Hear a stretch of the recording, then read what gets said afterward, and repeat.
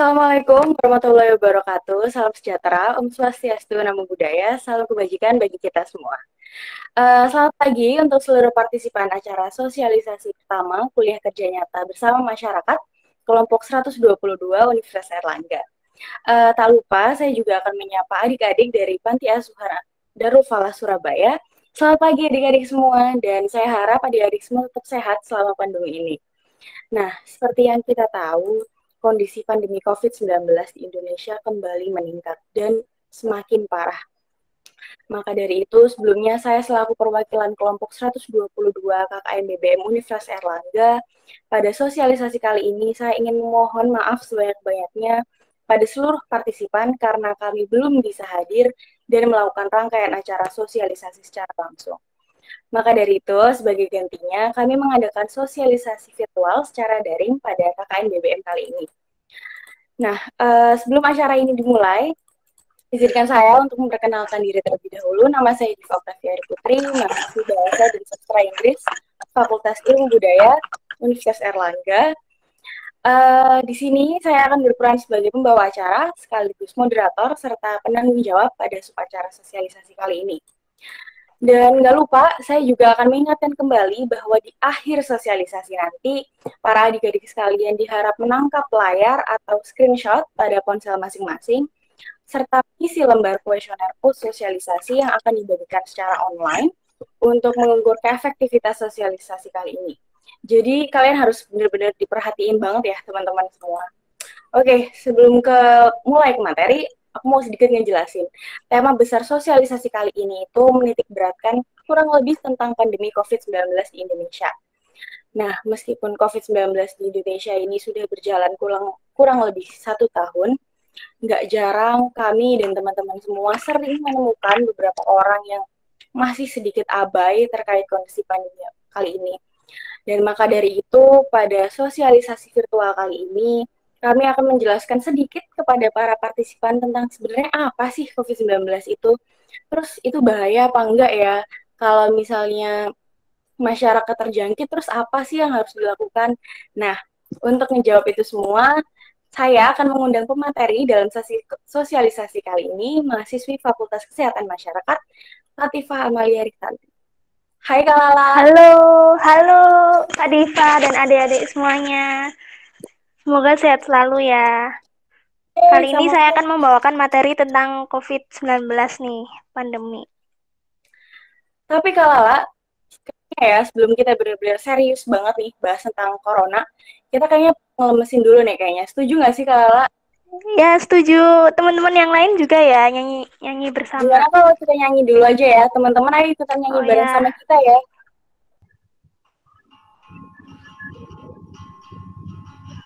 Halo warga semua, mari kita bersama lawan corona dan berita hoaxnya, selamatkan dunia.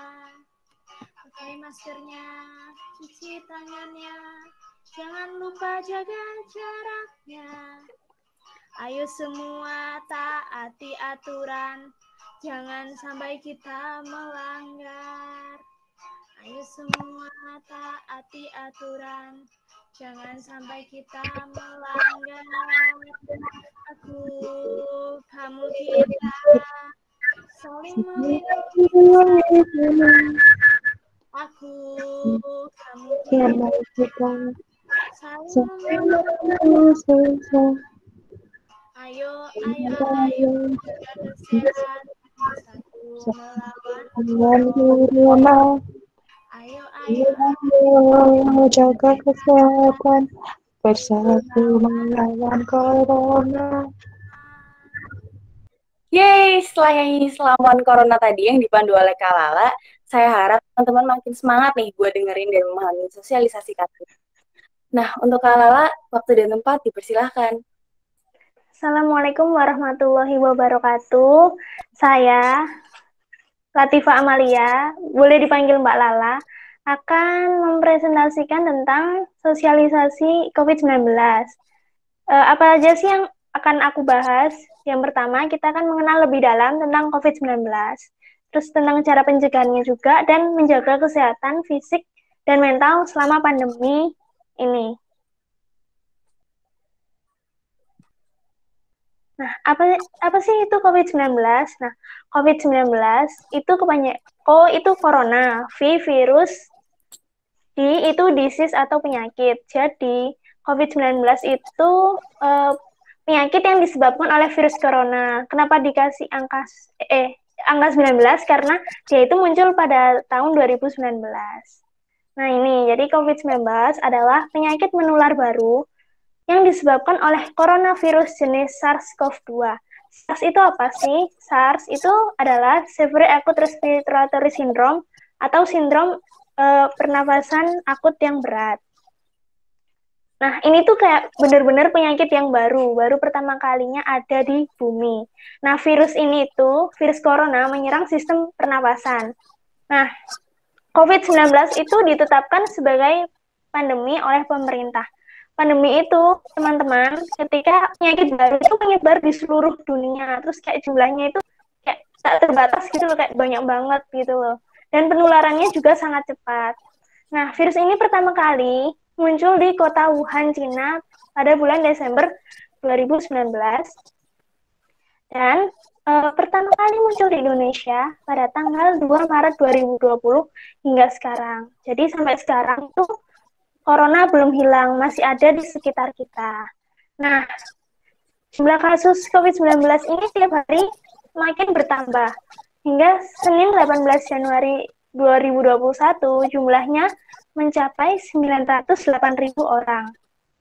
Nah, yang sembuh berjumlah 736.000 orang dan yang meninggal sebesar 25.987 orang. Nah, pertambahan kasus terbanyak per hari adalah 14.224 orang per hari pada tanggal 17 Januari 2021.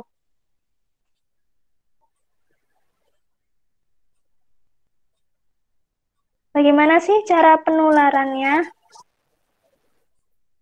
Nah, yang pertama itu melalui droplet atau tetesan air. Jadi menular dari orang ke orang melalui droplet atau tetesan air yang keluar saat seseorang itu berbicara, batuk, bersin, meludah, bernyanyi.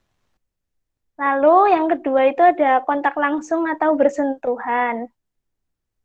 Nah, melalui jabat tangan, cium pipi, dan cium tangan. Nah, karena virus corona ini menempel pada tangan, wajah, dan badan. Jadi, kita itu dilarang bersentuhan satu sama lain.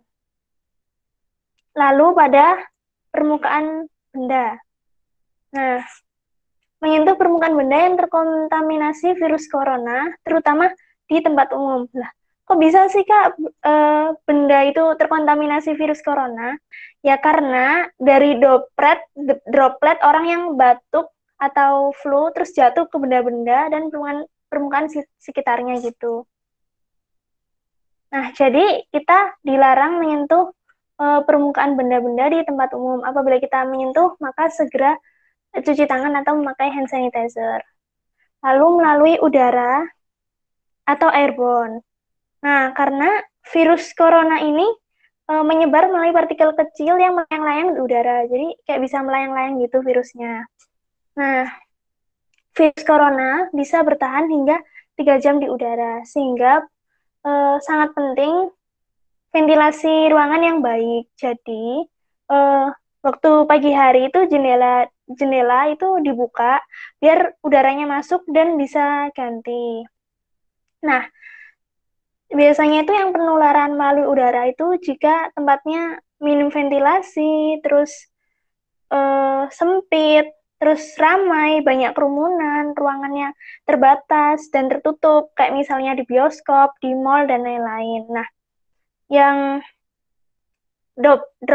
penularan droplet dan kontak langsung itu penularannya secara langsung dari orang ke orang. Namun kalau permukaan benda dan udara itu secara tidak langsung. Jadi kayak ada perantaranya. Jadi begitu adik-adik.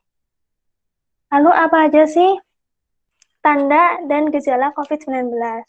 Nah, yang pertama itu demam atau suhunya itu tinggi, 38 derajat Celcius atau lebih. Lalu ada diare, terus batuk, serak, sakit tenggorokan, merasa lelah, letih, lesu, sakit kepala, lalu hidung tersumbat, pilek, gangguan indera penciuman. Nah, sehingga apa ya, nggak bisa mencium bau apapun.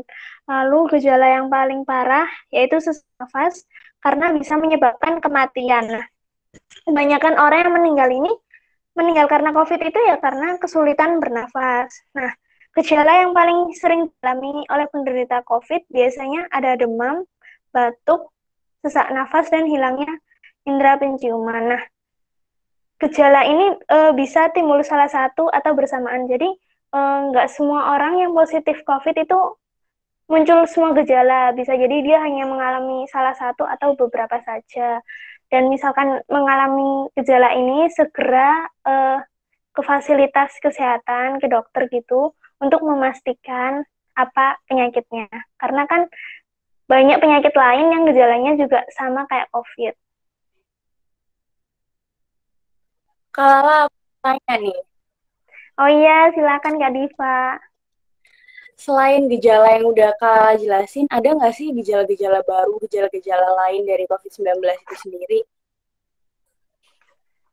Ada. Jadi benar kata Kak Diva, ada gejala baru yang ditetapkan oleh WHO. WHO itu Organisasi Kesehatan Dunia. Katanya WHO itu ada 7 gejala baru, yaitu kita itu cepat mudah marah, terus kayak kebingungan, terus kesadaran kita berkurang, kegelisahan, terus depresi, dan gangguan tidur dan kerusakan saraf.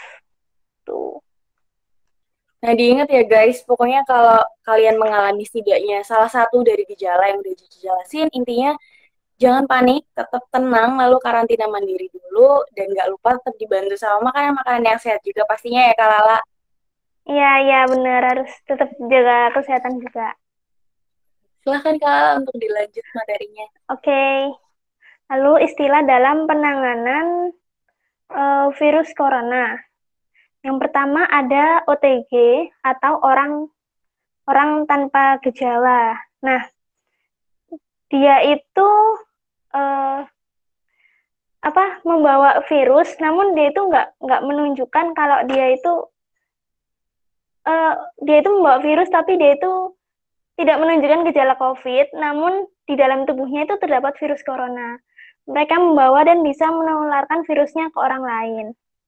Lalu ada ODP, yaitu seseorang yang memiliki riwayat berpergian ke negara yang telah terinfeksi virus corona, kayak pergi ke daerah zona merah COVID, terus melakukan kontak dengan orang yang terinfeksi virus corona, namun ia belum menunjukkan adanya gejala-gejala telah terinfeksi virus.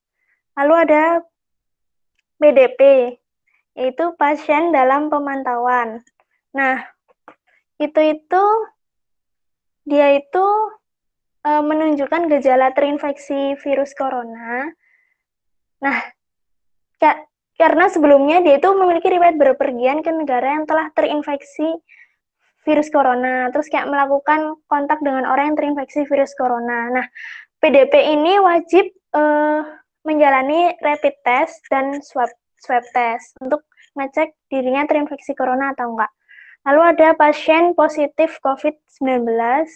Nah, ini pasien yang telah terbukti secara medis telah terinfeksi virus corona melalui proses pengujian laboratorium.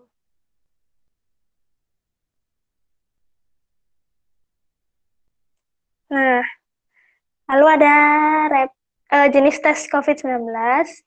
Yang pertama itu rapid test. Nah, rapid test ini menggunakan sampel darah dari ujung jari atau lengan untuk diuji. Hasilnya bisa terlihat dalam 15-20 menit. Tingkat ketepatannya sangat akurat. Tingkat ketepatan sangat rendah, mohon maaf. Lalu ada swab test, itu menggunakan sampel lendir dari hidung atau tenggorokan. Jadi kayak sampai disogrok sampai dalam gitu. Nah, lalu hasilnya ini agak lama, membutuhkan waktu 2-3 hari.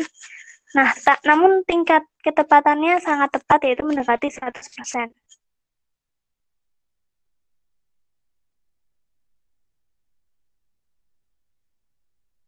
Nah, kelompok berisiko dan rentan jika terkena COVID-19. Siapa aja sih? Nah, yang pertama itu orang dengan penyakit bawaan, seperti kayak hipertensi, asma, diabetes, jantung, gagal ginjal. Nah, karena mereka itu memiliki imunitas atau daya tahan tubuh yang rendah. Kalau orang ini kena COVID, maka kondisi mereka itu bisa parah atau kritis, bahkan bisa meninggal. Lalu ada orang lanjut usia. Nah, karena kan fungsi tubuhnya itu mengalami penurunan akibat proses penuaan. Lalu ada anak kecil, karena sistem daya tahan tubuhnya itu belum sematang orang dewasa. Lalu ada ibu hamil, karena dia itu mengandung seorang bayi, jadi kayak sangat rawan. Lalu ada perokok.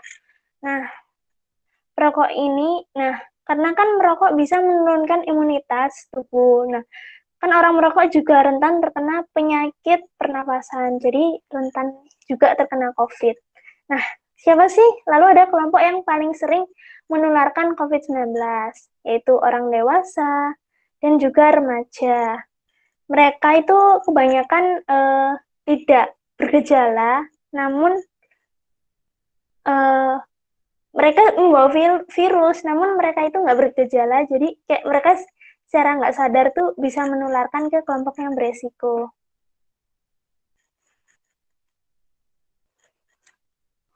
Nah, bagaimana sih jika ada orang yang positif COVID-19?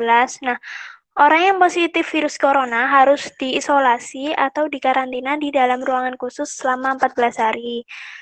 Nah, untuk kasus yang berat itu perlu penanganan medis. Terus, yaitu dibawa di ruang isolasi gitu, dirawat inap, terus dibawa ke rumah sakit dan lain-lain. Terus kalau misalnya dia itu kayak parah, diberi alat bantu nafas. Lalu tidak semua yang sakit COVID-19 itu dirawat di rumah sakit. Beberapa ada yang dirawat di rumah jika gejalanya ringan atau dia itu nggak bergejala. Jadi isolasi mandiri di rumah. Namun dipantau pihak medis dari jauh, biasanya melalui telepon.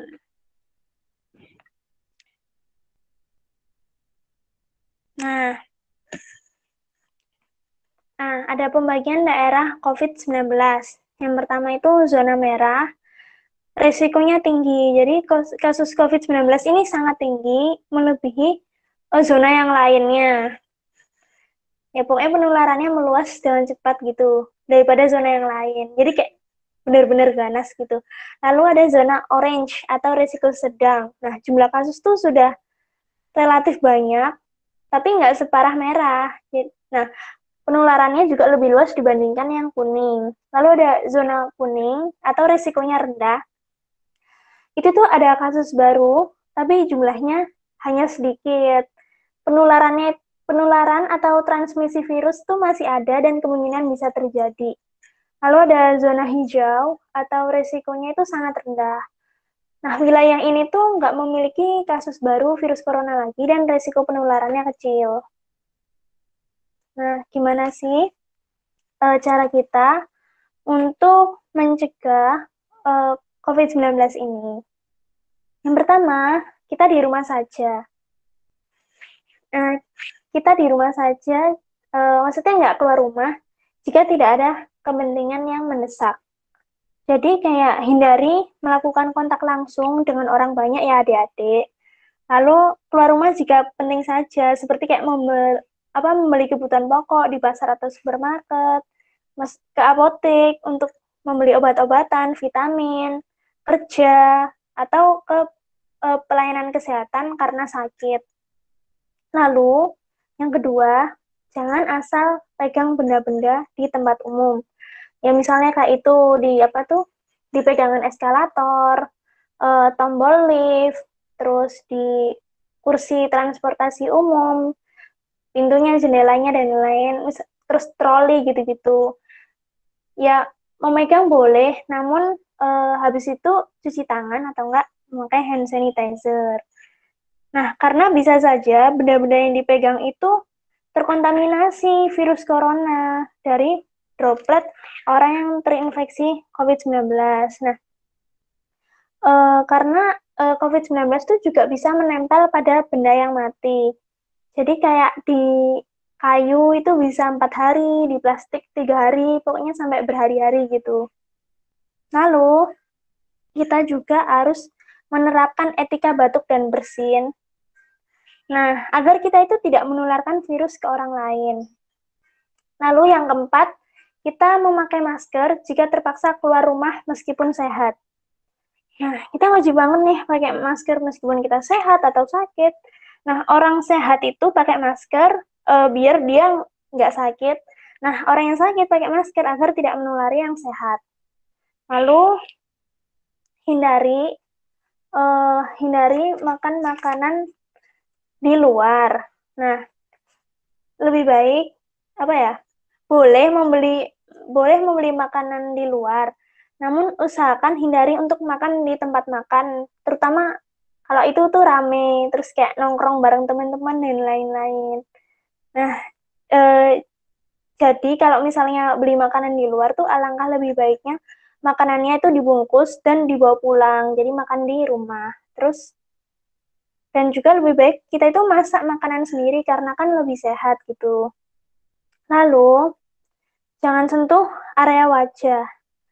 Nah, karena kan siapa tahu ada virus corona yang menempel di tangan kita. Lalu ketika kita ingin memegang wajah, kita harus memastikan bahwa tangan kita itu bersih. Jangan sampai tangan kita kotor, tapi menyentuh wajah. Jadi kalau mau menyentuh wajah, cuci tangan dulu. Nah, lalu ada cuci tangan dengan air mengalir dan sabun. Nah, tujuannya apa sih? Ya tujuannya untuk membunuh virus yang menempel di tangan kita. Karena virus corona ini tuh kayak apa ya, material kecil terus kayak dibungkus oleh protein dan lemak. Nah, jadi mencuci tangan dengan sabun itu dapat melarutkan protein dan lemak tadi yang menempel pada virus sehingga virus itu dapat hancur dan mati. Lalu yang terakhir, jaga jarak dengan orang lain minimal 2 meter. Karena penularannya yang sangat cepat, kita dianjurkan jaga jarak agar kita tidak terkena droplet dari orang yang terinfeksi COVID-19 saat misalkan berbicara atau tertawa dan lain-lain. Lalu kalau kita sadar kalau kita mempunyai gejala COVID-19, maka kita harus sadar diri juga menjaga jarak kita dengan orang lain. Nah, gimana sih etika batuk dan bersin yang benar? Nah, kita tutup mulut dengan tisu jika batuk dan bersin. Lalu memakai masker jika kita sedang batuk atau flu. Nah, tutup mulut dengan lengan bagian dalam, bukan telapak tangan ya. Jadi pakai lengan bagian dalam adik-adik. Saat kita batuk ataupun bersin, jadi kayak, oh gitu. Nah, cuci tangan dengan air mengalir dan sabun setelah kita batuk dan bersin tadi. Nah, terus buang tisu yang sudah digunakan, ya pas kita menutup mulut tadi ke dalam tempat sampah. Jadi begitu. Semoga adik-adik bisa menerapkan etika batuk dan bersin dengan benar. Kalau misalnya sebelumnya belum melakukan itu, maka harus dibiasakan. Nah, mengapa sih memakai masker itu penting? Ya karena menggunakan masker itu dapat menurunkan risiko penularan virus corona melalui droplet dari orang yang terinfeksi. Nah kan kita itu nggak bisa membedakan adik-adik antara siapa yang sakit atau yang sehat, jadi kayak nggak kelihatan karena kan COVID-19 itu kan bisa nggak semua orang yang kena COVID-19 itu ada muncul gejalanya, ada yang tidak bergejala, kayak dia itu sehat-sehat aja. Ya kan? Bahkan yang terinfeksi virus corona ini bisa saja tidak menunjukkan gejala dan tidak sadar bahwa dirinya terinfeksi. Nah, lalu ada jenis-jenis masker. Yang pertama, itu masker N95 atau N99 warnanya putih biasanya, masker yang digunakan oleh tenaga kesehatan, dokter, perawat, dan lain-lain yang terpapar langsung atau menangani pasien terinfeksi COVID-19. Nah, ini tuh penyaringannya sangat baik, yaitu 95%. Lalu ada masker bedah. Nah, masker ini hanya bisa digunakan satu kali aja, jadi nggak boleh dipakai berkali-kali. Nah, ini tuh diutamakan untuk pasien yang mengalami flu, batuk, demam dengan tingkat efektivitas 90%. Nah, lalu yang ketiga, itu masker kain, yaitu masker yang terbuat dari kain dengan jenis yang bermacam-macam seperti katun dan scuba dan lain-lain. Namun scuba itu tidak dianjurkan karena kan dia tipis, jadi minimal itu 3 lapis. Nah, ini tingkat keefektifannya 80%. Nah, masker kain ini biasanya digunakan oleh masyarakat saat berada di tempat umum.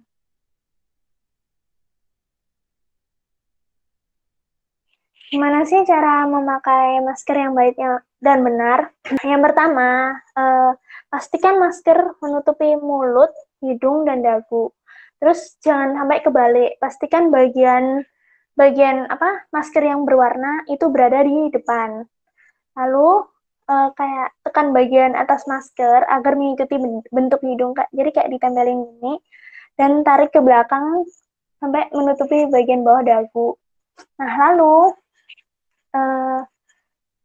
yang ketiga, nah kalau mau melepas masker itu hanya memegang talinya aja, jangan menyentuh bagian depan masker, dan langsung buang ke tempat sampah setelah selesai digunakan agar virusnya itu nggak menyebar kemana-mana. Lalu yang terakhir, cuci tangan pakai sabun setelah membuang masker ke tempat sampah.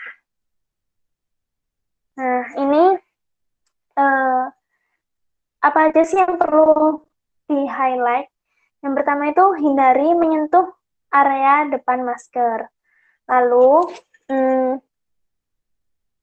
jangan berbagi masker dengan orang lain.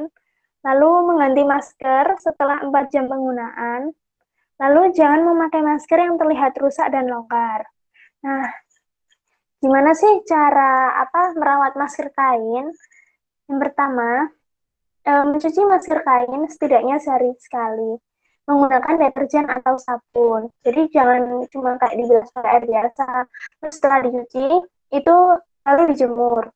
Namun alangkah baiknya itu menggunakan air yang hangat untuk merendamnya agar virus mati.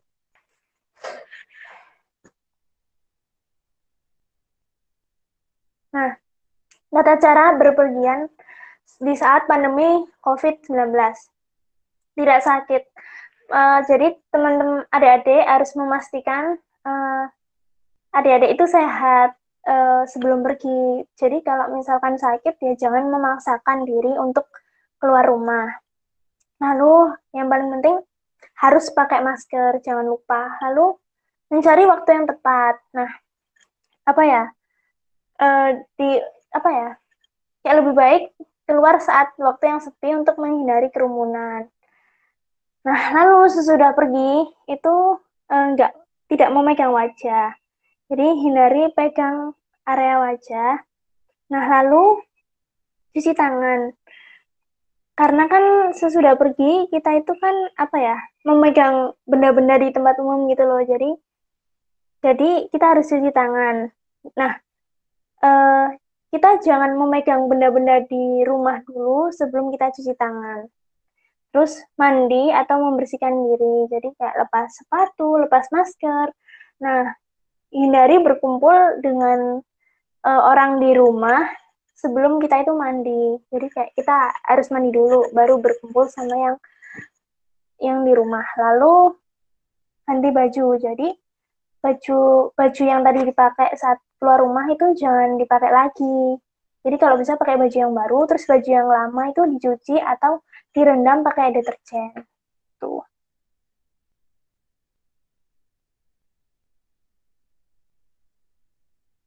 Nah, kapan sih pandemi ini akan berakhir? Pasti kan ada yang tanya, kok nggak selesai-selesai sih Kak pandeminya? Kayak lama banget, udah bosen di rumah. Ya, karena emang ada beberapa faktor sih. Karena emang pandemi itu nggak bisa langsung selesai gitu loh. Jadi kayak emang lama karena kan juga kepatuhan masyarakat terhadap protokol kesehatan juga masih rendah gitu. Jadi kayak masih belum bisa dipastikan adik-adik kapan virus corona ini akan berakhir. Nah, eh, kapan sih pandemi ini akan berakhir? Nah, saat virus itu tidak mendapat inang baru. Inang itu tempat tinggal virus. Nah, tempat tinggalnya virus itu kan manusia. Jadi, ya virusnya itu nggak bisa menempel di manusia. Entah karena manusianya itu daya tahan tubuhnya kuat, atau sudah divaksin, atau gimana-mana. Jadi kayak virus tuh yang nggak punya tempat tinggal, jadi dia mati dengan sendirinya di lingkungan luar. Lalu isolasi diri. Nah, in, uh, kayak semua orang itu nggak keluar rumah, jadi kayak di dalam rumah, kayak semacam lockdown gitu loh. Kan kalau di luar negeri itu kan ada lockdown, jadi mereka cepat selesai. Kalau di Indonesia itu susah buat menerapkan itu karena kan uh, apa ya, orang-orang kan juga butuh kerja. Kalau misalnya lockdown nanti perekonomiannya juga runtuh gitu loh. Nah, jadi ya cara yang efektif itu sih isolasi diri. Jadi eh, orang-orang tuh dilarang keluar rumah. Namun kan ya nggak bisa kan karena ada yang kerja dan lain. Lalu jika semua masyarakat sudah divaksin, insya Allah pandemi ini bisa berakhir. Nah, vaksin itu apa sih? Vaksin itu virus yang dilemahkan dengan tujuan untuk membentuk suatu antibodi. Jadi biasanya vaksin itu dengan cara disuntik. Nah, insya Allah kalau misalnya sudah divaksin itu kita nggak akan kena COVID, insya Allah. Jadi untuk perlindungan diri kita.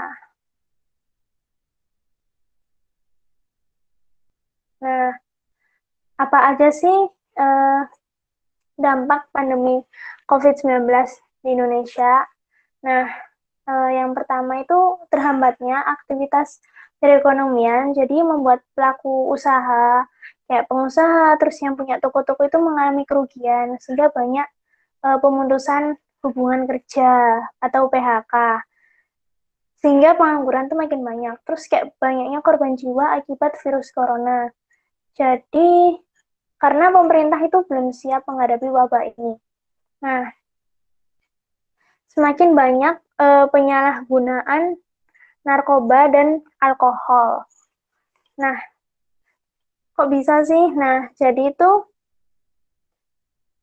eh, karena ya itu tadi kan orang-orang apa kan karena ada kebijakan PSBB itu atau pembatasan sosial berskala besar atau perintah di rumah aja, jadi membuat masyarakat tuh merasa tidak bebas. Jadi mereka itu menggunakan narkoba dan alkohol untuk mengurangi kebosanan. Lalu tenaga medis mengalami kelelahan fisik dan mental. Lalu meningkatnya kasus gangguan jiwa karena emosi negatif seperti cemas, stres, dan khawatir. Karena ada perubahan dalam berinteraksi dan bersosialisasi seperti physical distancing. Jadi memisahkan orang dari keluarga, teman, dan lingkungan sosialnya. Lalu meningkatnya kasus kekerasan dalam rumah tangga dan kekacauan dalam dunia pendidikan karena kan meliburkan sekolah dan uh, pembelajaran tuh diganti dari proses pembelajaran dari rumah. Nah, jadi beberapa sekolah itu belum siap dengan pembelajaran online. Nah, apa aja sih dampak pandemi COVID-19 pada remaja? Nah, yang pertama itu karena usia remaja dapat dikatakan usia yang masih labil dalam menghadapi kondisi-kondisi yang tidak terduga. Nah, lalu karena pembelajaran daring itu mengharuskan mereka itu menggunakan internet secara terus-menerus dan berdampak terhadap kesehatan fisik. Jadi kayak bisa menyebabkan gangguan makan, gangguan tidur, lalu ada gangguan makan, gangguan tidur, terus kayak peningkatan atau penurunan berat badan, terus kayak gangguan mata, seperti mata kering, terus kayak lelah dan lain-lain. Lalu stres dan kesepian. Nah, Karena pandemi ini kan mengharuskan anak-anak untuk berdiam diri di rumah saja, sehingga mereka itu tidak bisa bersosialisasi secara langsung dengan teman-teman seperti saat dulu. Nah, lalu remaja juga rentan terkena kekerasan dari orang tua. Terlebih jika orang tua itu mengalami kesulitan ekonomi dan menjadikan anak sebagai pelampiasan amarah. Lalu remaja mengalami penurunan prestasi akademis karena kesulitan berkonsentrasi ketika pembelajaran akademik jarak jauh dan susah memahami materi yang dijelaskan. Nah, lalu ada cara menjaga kesehatan fisik dan kesehatan fisik selama pandemi COVID-19. Apa aja sih adik-adik? Nah, yang pertama itu kita dianjurkan untuk olahraga. Nah, olahraganya itu nggak harus yang berat-berat. Jadi, boleh yang ringan-ringan saja, namun rutin. Seperti jogging, bersepeda, senam, badminton, dan lain-lain. Lalu, kita dianjurkan juga memakan makanan bergizi dan mengonsumsi buah sayur dan juga mengonsumsi vitamin. Nah, kita membiasakan makan 3 kali sehari, pagi, siang, malam. Terus mengurangi makanan cepat saji, terus jajanan yang manis. Nah, waktu yang ideal untuk makan pagi itu jam 6 sampai jam 8, siang jam 12 sampai setengah 2, malam jam 6 sampai setengah 8. Nah, kalau misalnya makan terlalu malam dekat dengan waktu tidur itu bisa membuat proses pencernaan itu tidak maksimal. Nah, ini ada kayak semacam isi piringku. Nah, ini tuh terdiri dari makanan pokok. Makanan pokok itu bisa kentang, nasi, jagung, dan lain-lain. Lalu ada lauk pauk, bisa tahu, telur, ayam, ikan, dan lain-lain. Ada sayur, ada buah, dan juga susu. Karena kan adik-adik ini kan masih dalam masa pertumbuhan, jadi sangat penting untuk mengonsumsi susu. Lalu perbanyak minum air putih. Nah, air putih itu untuk proses pertumbuhan dan perkembangan kita. Jadi keseimbangan air di dalam tubuh itu juga perlu diperhatikan dengan cara mengatur jumlah masukan air yang seimbang. Nah, konsumsi air itu minimal 7 sampai 8 gelas per hari. Nah, cara kita melihat apakah kita itu kurang minum atau enggak itu dari warna urin kita. Nah, jika warnanya orange kekuningan pekat itu kita kurang minum. Nah, tapi kalau kuning cerah atau putih itu sudah cukup cairan yang masuk. Nah, lalu mandi minimal 2 kali sehari. Nah, untuk menjaga kebersihan tubuh sehingga dapat meningkatkan kesehatan agar tidak mudah terserang penyakit. Nah, lalu rutin membersihkan tempat tinggal. Nah, dengan tempat tinggal yang bersih, kita dapat terhindar dari berbagai penyakit. Nah, tempat tinggal yang kotor itu dapat menjadi tempat bagi virus atau kuman dan membawa penyakit untuk berkembang biak.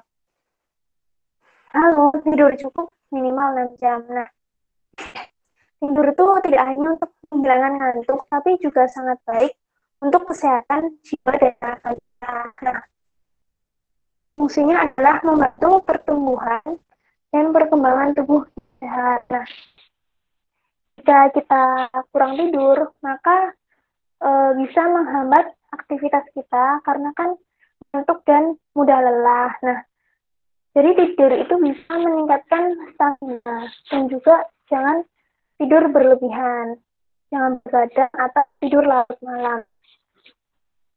Nah, lalu menggosok gigi minimal 2 kali sehari. Nah, jadi anjurkan itu kapan sih waktunya? Jadi setelah sarapan dan sebelum tidur. Nah, jangan sebelum makan karena percuma saja buat gigi dibersihkan kalau habis itu dikotori lagi tuh.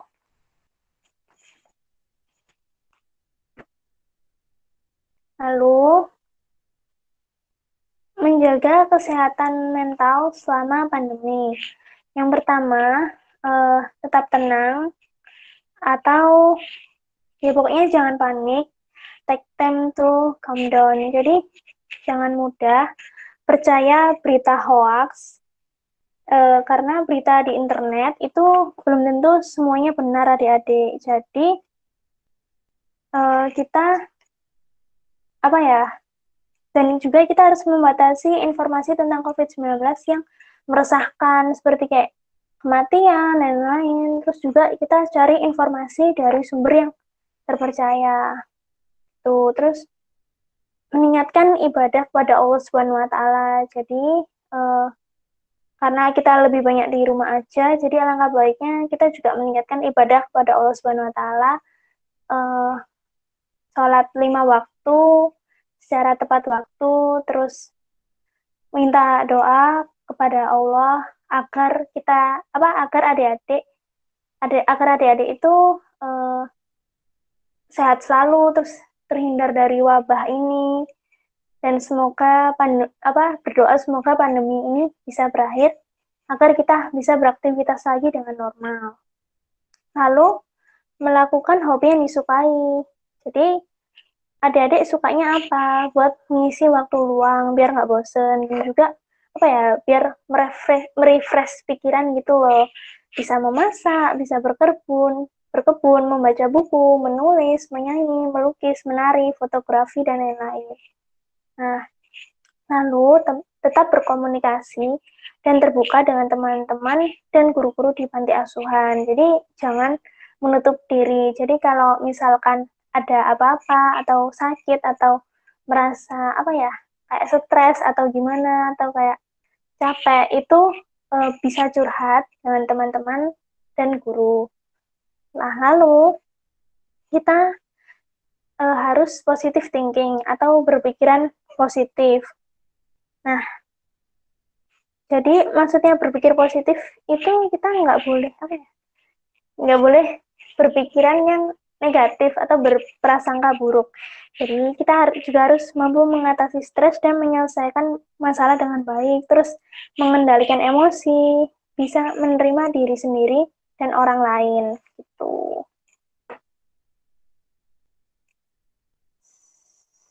Sudah selesai presentasinya. Semoga apa yang saya sampaikan bermanfaat. Waktu dan tempat saya persilakan kepada MC. Kalau aku mau tanya nih. Oh iya, boleh. Apa Kak Diva? Terkait ke efektivitasan cuci tangan. Di masa COVID-19 ini kan sepertinya banyak banget ya orang yang nimbun hand sanitizer atau nganggep kalau misalnya hand sanitizer itu jauh lebih trusted gitu kan, atau lebih baik gitu daripada murni cuci tangan. Nah itu bener nggak sih Kak sebenarnya? Oh, jadi banyak yang bilang kalau hand sanitizer itu lebih efektif daripada cuci tangan. Itu sebenarnya salah. Sebenarnya dua-duanya itu bisa dipakai, tapi lebih efektif cuci tangan, teman-teman. Adik-adik sekalian, jadi cuci tangan pakai air mengalir dan sabun. Karena ya udah banyak penelitian itu menemukan bahwa mencuci tangan dengan sabun dan air mengalir itu lebih efektif daripada hand sanitizer. Karena kan mencuci tangan dengan sabun tuh bisa mengeluarkan sel-sel virus dari tangan kita, terus kita kan memilas dengan air, jadi bisa menghilangkan virus itu tuh sepenuhnya.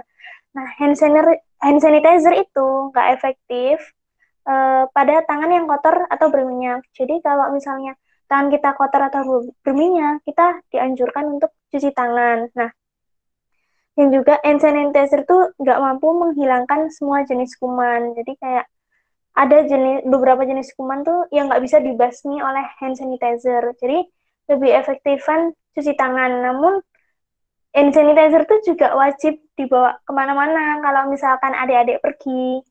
Nah, dan juga bisa dipakai jika fasilitas cuci tangan tuh nggak ada. Tapi misalnya kayak perjalanan jauh, misalnya kayak di pesawat, apa di mana, apa naik bis dan lain, ya jadi pakai hand sanitizer. Namun kalau udah menemukan tempat cuci tangan ya harus cuci tangan gitu. Jadi biar kayak lebih bersih gitu loh. Ya emang idealnya emang cuci tangan tuh paling pokok sih gitu. Kayak hand sanitizer tuh kayak cuman pelengkapnya aja. Jadi hand sanitizer dipakai kalau urgent, kayak bener-bener urgent gitu loh. Kayak penting banget, kayak bener-bener nggak ada tempat cuci tangan gitu. Gitu Kak Diva.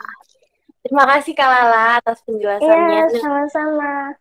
Jadi teman-teman, meskipun hand sanitizer itu bisa sedikit membersihkan, sedikit loh ya, jangan lupa untuk tetap cuci tangan, apalagi setelah pas keluar dari rumah. Wajib banget, nggak boleh lupa.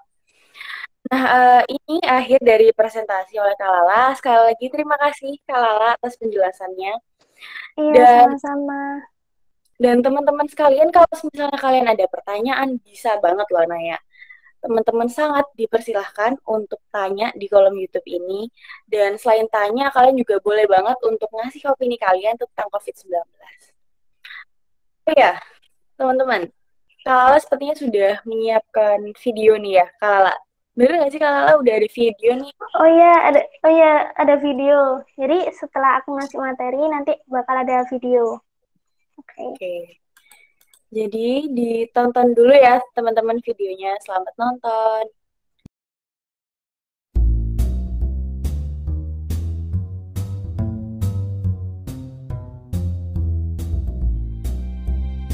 Awal di mana virus ini ditemukan. Lalu sebenarnya virus ini datang dari mana? Ya, dari Wuhan, China. Pada awalnya virus ini ditemukan pertama kali di Wuhan dan dipercaya menular dari hewan liar termasuk kelelawar yang dijual di pasar seafood. Virus ini lantas hinggap di tubuh manusia. Tapi tidak hanya menular dari hewan, yang bikin lebih serem bisa menular dari manusia ke manusia. Lalu bagaimana sih proses penularannya? Iya, melalui droplet atau percikan air ludah dari batuk ataupun ingus para penderita. Nah, percikan ini nih tentunya dapat menempel di benda-benda yang ada di tempat umum loh. Sudah hampir setahun atau bahkan lebih, tergantung kapan Anda menonton video ini, kita melawan musuh kecil yang tak kasat mata. Nah, kemudian pemerintah mulai menerapkan kebijakan new normal di mana kita mulai melanjutkan hidup normal berdampingan dengan virus ini yang tentunya harus dibarengi penerapan protokol kesehatan. Di samping itu, pemerintah juga mengelompokkan wilayah-wilayah berdasarkan zona warna untuk melihat lokasi-lokasi mana sih yang banyak paparan virusnya. Namun nyatanya ada beberapa hal yang tidak sejalan dengan pola pikir masyarakat. Nah, diterapkannya penggunaan zona hijau, kuning, jingga, hingga merah ini menimbulkan efek samping lain dan memunculkan anggapan seolah-olah zona hijau dianggap lebih aman. Menurut pakar epidemiologi Universitas Andalas, Bapak Devri Manjafri PhD mengatakan zona hijau bukanlah tolak ukur daerah tersebut bebas dari COVID-19. Zona-zona ini menciptakan kelengahan pada masyarakat hingga masyarakat yang merasa aman melonggarkan protokol kesehatan yang harusnya masih tetap dilaksanakan. Padahal kita semua harusnya tetap menerapkan protokol kesehatan, tidak terikat zona warnanya teman-teman. Karena jika tidak, hal tersebut justru memicu potensi gelombang penyebaran berikutnya loh. Lalu bagaimana sih kita supaya tahu gejala-gejala dari orang-orang yang terjangkit COVID-19 ini? Nah, virus ini dapat menginfeksi saluran pernafasan atas. Jika menyerang saluran pernafasan atas, gejala umumnya akan tampak seperti batuk, sakit tenggorokan, pilek, demam, lelah, nyeri otot, hingga sakit kepala. Tapi pada orang-orang yang memiliki sistem imun yang lebih lemah, seperti anak-anak, lansia, ataupun orang yang sebelumnya ada riwayat penyakit, dapat menimbulkan gejala yang lebih berat seperti sesak nafas yang akhirnya berdampak pada kematian. Namun, ada beberapa orang yang terinfeksi namun tidak menimbulkan gejala yang biasa disebut dengan OTG, yaitu orang tanpa gejala. Orang ini dapat dengan leluasa menularkan virus tanpa dia tahu, Maka dari itu, untuk melindungi diri kita dan orang lain, kita semua harus sama-sama melakukan pencegahan mandiri dong tentunya. Bagaimana sih cara kita untuk mencegah COVID-19 ini demi melindungi diri dan orang lain? Nah, seperti yang telah ditetapkan Kementerian Kesehatan, upaya pencegahan masuknya virus dapat dicegah dengan menerapkan protokol kesehatan 3M. Apa aja sih 3M itu? Untuk M yang pertama yaitu memakai masker dengan baik dan benar, menutup hidung hingga dagu. Yang pasti bukan seperti ini, bukan seperti ini, bukan seperti ini, bukan seperti ini, apalagi menutup mata seperti ini. Yang benar seperti ini. Nah, seperti inilah cara menggunakan masker yang baik benar menurut Teguh dan Sinta. Simak.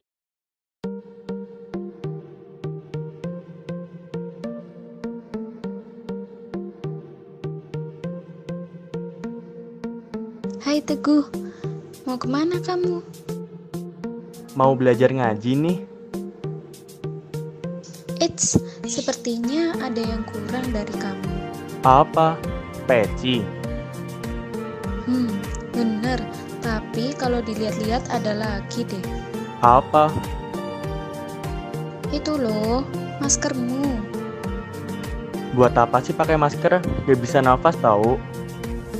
Loh, kamu lupa ta? Ini kan masih ada corona. Lah terus, emang kenapa kalau ada corona? Agar kamu bisa terhindar dari corona, pakailah masker dan patuhi juga protokol kesehatan lainnya. Oh, lah aku lupa nggak bawa masker. Nih, aku ada 2 masker. Pakai saja maskerku yang satunya. Terima kasih. Eits, kamu pakai masker kok begitu? Lah terus, bagaimana? Begini. Bukan. Begini. Bukan. Lah terus, bagaimana? Pakailah maskermu dengan baik dan benar, yaitu menutupi hidung dan mulutmu. Oh, apa kau sudah benar begini? Yaps, benar sekali. BTW, aku juga mau pergi ke warung di tepi jalan sana nih. Boleh bareng nggak? Boleh banget. Yuk bareng.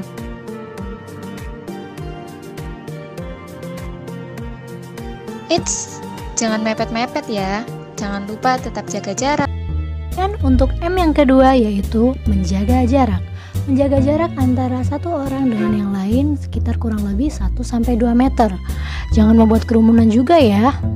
Untuk M yang ketiga yaitu mencuci tangan dengan baik dan benar menggunakan sabun dan air mengalir. Nah, tak lupa kita juga harus menjaga imun kita agar selalu tetap sehat dong tentunya.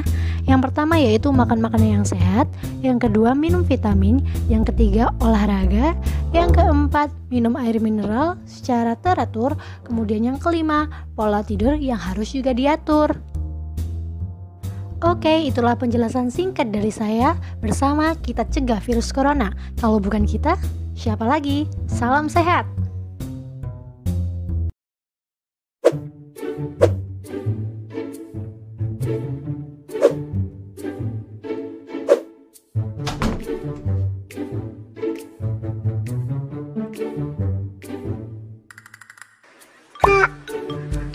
Bosan di rumah terus, gak bisa ketemu teman-teman dan gak bisa ketemu bu guru secara langsung. Kamu tahu nggak kenapa sekarang sekolahnya dari rumah dan gak boleh sering-sering keluar rumah? Kalau kata mama sama bu guru, karena virus corona. Corona itu apa sih kak? Kok Nana gak pernah ketemu? Corona itu nama virus, bentuknya itu kayak gini.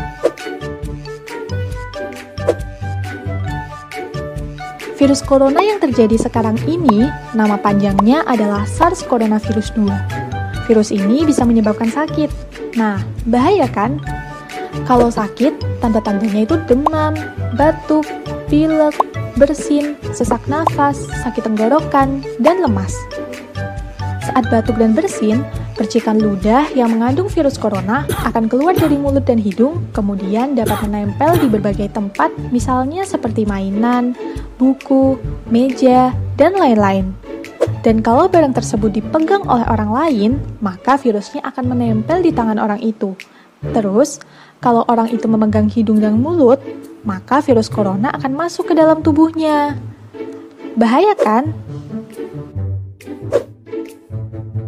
Biar Nana nggak kena virus corona, Nana harus gimana, Kak?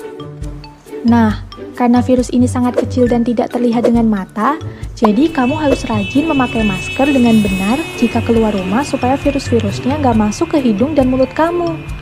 Rajin mencuci tangan dengan sabun dan air mengalir atau menggunakan hand sanitizer supaya virus-virusnya mati kena sabun. Menjaga jarak dan menghindari kerumunan karena ketika kita bertemu orang-orang, virus itu akan menyebar. Selain itu, kamu juga harus selalu rajin makan makanan yang bergizi supaya nggak gampang sakit. Oh, gitu ya, Kak. Siap. Nah, buat teman-teman semuanya, jangan lupa ya untuk selalu memakai masker, rajin cuci tangan pakai sabun dan air mengalir, menjaga jarak, dan makan makanan yang bergizi. Jangan lupa jaga kesehatan ya semuanya. Dadah! Nggak cuma video nih teman-teman, sepertinya Kak Lala mau bagi-bagi hadiah juga. Iya. Jadi teman-teman semua yang bisa jawab pertanyaan dari Kak Lala bakal dapat hadiah nih. Nah, di sini udah ada beberapa pertanyaan yang sudah dipersiapkan. Ada 3 ya Kak Lala. Yang pertama, Iya, Kak Diva. mengapa mencuci tangan itu bisa mencegah COVID-19? Terus yang kedua, gejala apa yang paling umum diderita oleh pasien COVID-19? Serta yang terakhir, sebutkan apa saja cara menjaga kesehatan fisik selama pandemi. Ya, nanti dipilih 3 jawaban yang paling tepat. Jadi semuanya bisa jawab sih harusnya. Jadi teman-teman kalian beruntung. Ya, jangan lupa ya teman-teman untuk submit jawaban kalian di platform yang sudah disediakan. Lumayan guys, dapat hadiah ya kan Kak Lala? Iya, bener banget. Tapi syaratnya harus ngisi link pretest dan post-test ya. Ya, jangan lupa ya guys, pretest dan post-testnya harus tetap diisi biar bisa nebus hadiahnya. Iya. Nggak kerasa udah berada di penghujung segmen sosialisasi. Sekian sosialisasi hari ini. Semoga materi ini bisa bermanfaat buat teman-teman semua. Dan sekali lagi jangan lupa ya teman-teman diikutin terus dan dipatuhi protokol kesehatannya. Tetap sehat selalu dan jangan lupa sekali lagi untuk isi kuesioner post-test dari kita. Dan saya Diva Octaviari undur diri. Sampai jumpa di sosialisasi berikutnya. Dadah adik-adik. Semoga sehat selalu. Maaf kalau ada salah kata-kata. Oh iya, aku mau nyampein pesan, boleh nggak sih buat adik-adik? Boleh dong, silakan Kak. Nah, jadi aku mau pesan ke adik-adik, jangan meremehkan virus corona, karena pandemi ini tuh belum berakhir gitu loh. Nah, di Indonesia itu udah banyak ribuan nyawa melayang akibat virus corona. Jadi kita harus waspada. Nah, kita itu pencegahannya itu dimulai dari kita sendiri, baru kita nasehatin orang lain gitu loh. Jangan sampai kita jadi korban selanjutnya. Yuk tetap laksanakan protokol kesehatan. Nah, bukan hanya untuk diri kita saja, tapi juga bermanfaat untuk orang-orang di sekitar adik-adik. Gitu. Jadi semoga materi ini bisa bermanfaat buat adik-adik, bisa mendapatkan ilmu yang bermanfaat. Dan mohon maaf jika ada salah kata dan perbuatan. Itu Kak Diva. Mungkin bisa ditutup Kak Diva. Terima kasih semua sudah menonton dan terima kasih juga buat Kak Lala atas materinya. Sama-sama. Sekali lagi saya undur diri dan saya mohon maaf sebelumnya jika ada kesalahan. Dadah. Wassalamualaikum warahmatullahi wabarakatuh.